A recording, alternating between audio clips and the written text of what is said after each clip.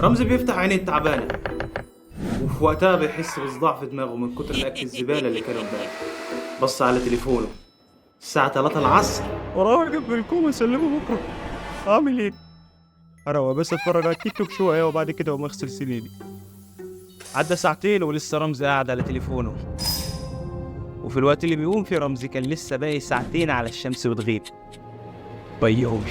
بيومي صحي حتى قبل ما العصافير تبدا تغني.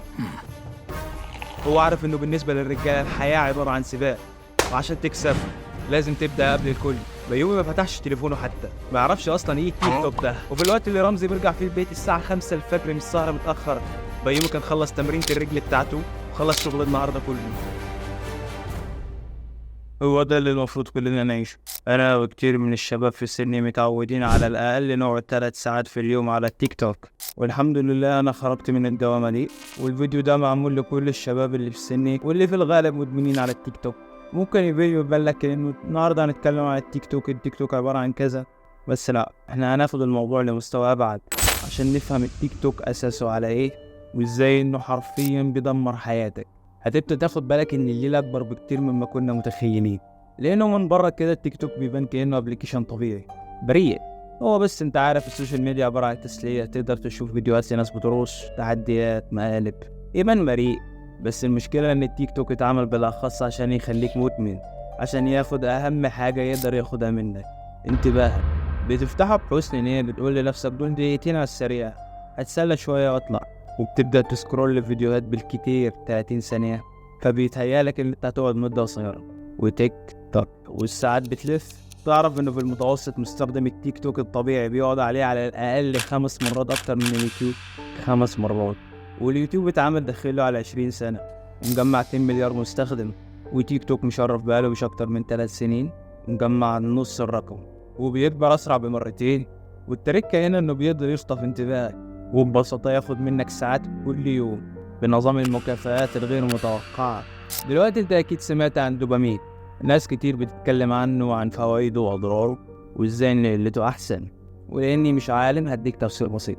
في الاساس الدوبامين شبه التحفيز كده، مش بيجي من انك بتستمتع بحاجة بعينها، لكنه اشبه باحساس السعادة اللي بيجيلك وانت بتسعى في انك تعمل الحاجة دي.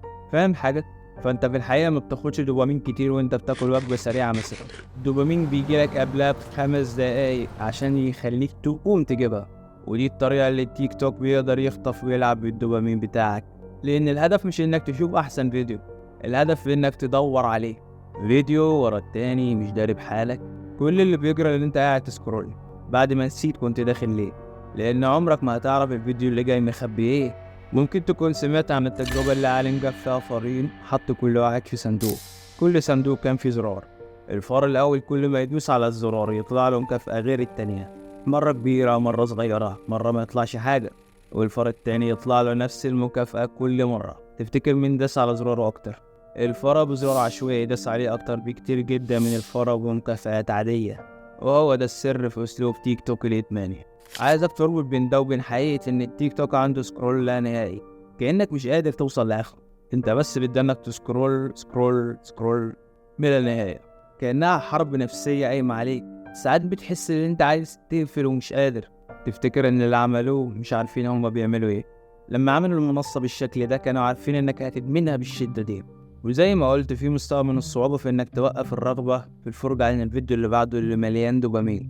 ما بقتش غريبة عليك لما بتشوف حد من اللي بنحبهم بيقعد بالساعتين والتلاتة على التيك توك كل يوم، وفي ناس في حتة تانية بيقعدوا بال6 وال8 ساعات، وانت عارف ان دي حقيقة. غالبا في ناس بتشوفني دلوقتي وقعوا فخ الضحية للشركات دي. طيب دلوقتي انت ممكن يكون عندك الحس الواعي اللي يقدر يقولك انا في السليم، انا بعد بس ساعة ساعتين بالكتير كل يوم بروق شوية، واصحابي كلهم بيستخدموه، يعني الموضوع مش كبير.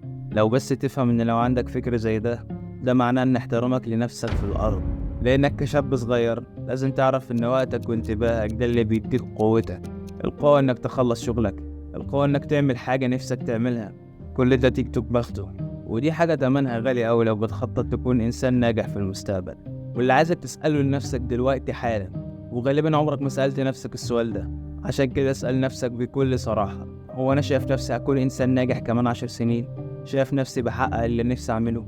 لانك لو جاوبت بآه عايز أكون إنسان ناجح، فالطريقة إنك تقدر تحقق بيها هدفك ده هي بإنك تبدأ تقدر وقتك، تبدأ تحطه في الحاجات اللي فعلا تضمن لك النجاح ده. عشان لو ما تعرفش، فالنجاح هو كل الوقت اللي بتحطه عشان توصل لحاجة معينة. بتتعلم، بتطبق، جربت تشتغل في حاجة عجباك، دوت الفشل والرد اللي بيكبروك بجد، ولا دنتك في الحتة اللي بتريحك، دايم على فخادك قاعد تبلبع دوبامين على الفاضي.